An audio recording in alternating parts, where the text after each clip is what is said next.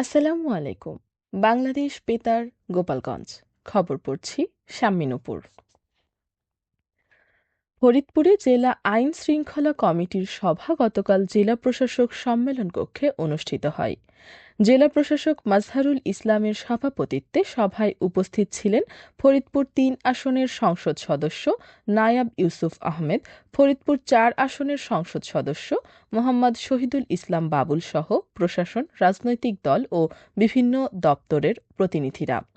সভায় জেলার সার্বিক আইন শৃঙ্খলা পরিস্থিতি পর্যালোচনা করা হয় এবং মাদকের বিরুদ্ধে অভিযান জোরদার, শহরের যানজট নিরসন, ফুটপাত দখলমুক্ত রাখা এবং ফরিদপুর মেডিকেল কলেজ হাসপাতালে দালাল মুক্ত পরিবেশ নিশ্চিত করার ওপর গুরুত্বারোপ করা হয়।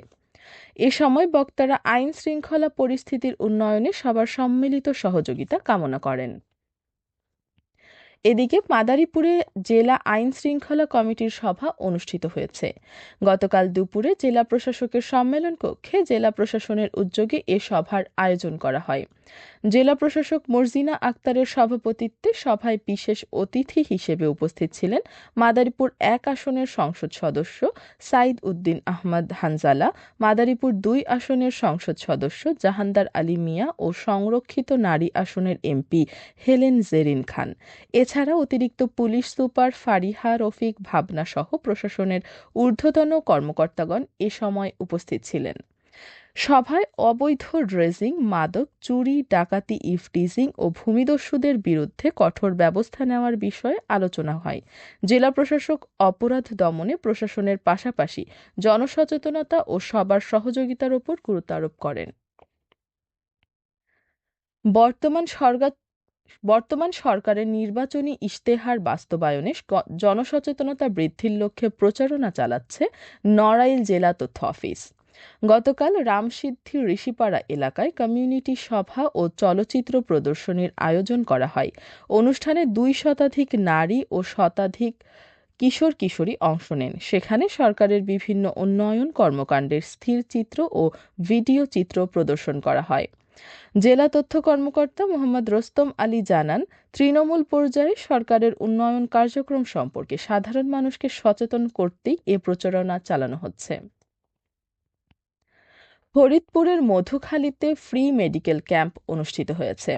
গতকাল সিএসএস মাইক্রো ফাইন্যান্স প্রোগ্রামের উদ্যোগে উপজেলা ব্রাঞ্চ কার্যালয়ে এই ক্যাম্পের আয়োজন করা হয়। মেডিকেল ক্যাম্পে অসহায় ও সাধারণ মানুষের মাঝে বিনামূল্যে স্বাস্থ্যসেবা ও ঔষধ বিতরণ করা হয়।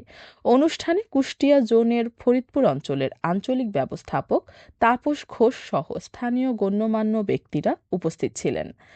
আয়োজকরা জানান, মানব সেবামূলক এ ধরনের কার্যক্রম ভবিষ্যতেও অব্যাহত থাকবে। গাজীপুরের কাপাসিয়ায় পারিবারিক কলহের জেরে হত্যার শিকার ৫ জনের দাফন সম্পন্ন হয়েছে। গতকাল সকাল ১১টার দিকে গোপালগঞ্জ সদর উপজেলার পাইককান্দি পঞ্চপল্লী মাদ্রাসা মাঠে জানাজা শেষে উত্তর চরপাড়া কবরস্থানে তাদের দাফন করা হয়। এর আগেই ভোরে অ্যাম্বুলেন্সে করে মরদেহ নিজ বাড়িতে পৌঁছালে স্বজনদের আহাজারিতে ভারী হয়ে ওঠে পুরো এলাকা। উল্লেখ্য, গত শনিবার গভীর রাতে স্ত্রী শারমিন আক্তার, শ্যালক রসুল মোল্লা ও ৩ কন্যাকে হত্যার অভিযোগ ওঠে স্বামী ফোরকান মোল্লার বিরুদ্ধে। এ ঘটনায় নিহত শারমিনের বাবা কাপাসিয়া থানায় ফোরকান মোল্লা সহ অজ্ঞাত কয়েকজনকে আসামি করে হত্যা মামলা দায়ের করেছে। ঘটনার পর থেকেই অভিযুক্ত ফোরকান মোল্লা পলাতক রয়েছে। গোপালগঞ্জে ১০ বছরের শিশু ধর্ষণ মামলার অভিযুক্ত মোরসালিন শেখকে গ্রেফতার করেছে পুলিশ। শনিবার গভীর রাতে কেরানীগঞ্জ এলাকায় অভিযান চালিয়ে কাশিয়ানী থানা পুলিশ তাকে গ্রেফতার করে। গ্রেফতারকৃত মোরসালিন শেখ গোপালগঞ্জের কাশিয়ানী উপজেলার নিজামকান্দি গ্রামের বাসিন্দা।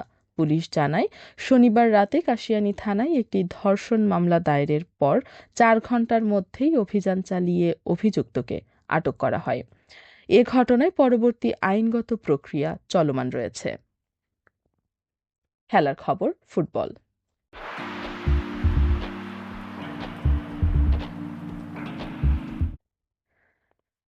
মাদারীপুরে জেলা পর্যায়ের নতুন কুড়ি স্পোর্টস টুর্নামেন্টের ফাইনাল খেলা গতকাল জেলা স্টেডিয়ামে অনুষ্ঠিত হয়।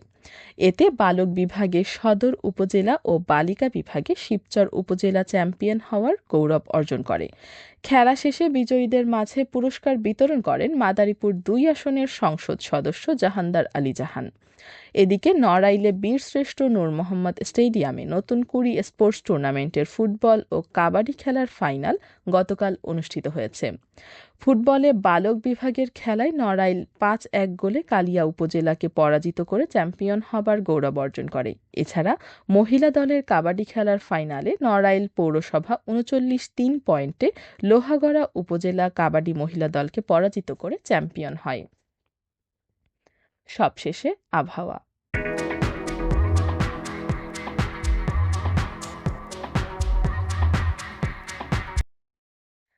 আজ বেলা ১টা পর্যন্ত দেশের অভ্যন্তরীণ নদীবন্দর সমূহের জন্য আবহাওয়ার পূর্বাভাসে বলা হয়েছে, বরিশাল, পটুয়াখালী, নোয়াখালী, চট্টগ্রাম ও কক্সবাজার অঞ্চলসমূহের ওপর দিয়ে পশ্চিম অথবা উত্তর পশ্চিম দিক থেকে ঘণ্টায় ৪৫ থেকে ৬০ কিলোমিটার বেগে অস্থায়ীভাবে দমকা অথবা ঝোড়ো হাওয়া সহ বৃষ্টি অথবা বজ্রবৃষ্টি হতে পারে। এসব এলাকার নদীবন্দর সমূহকে ১ নম্বর সতর্ক সংকেত দেখাতে বলা হয়েছে। খবর শেষ হলো। আমাদের পরবর্তী খবর প্রচারিত হবে সকাল ১০টা ৩০ মিনিটে বাংলায়।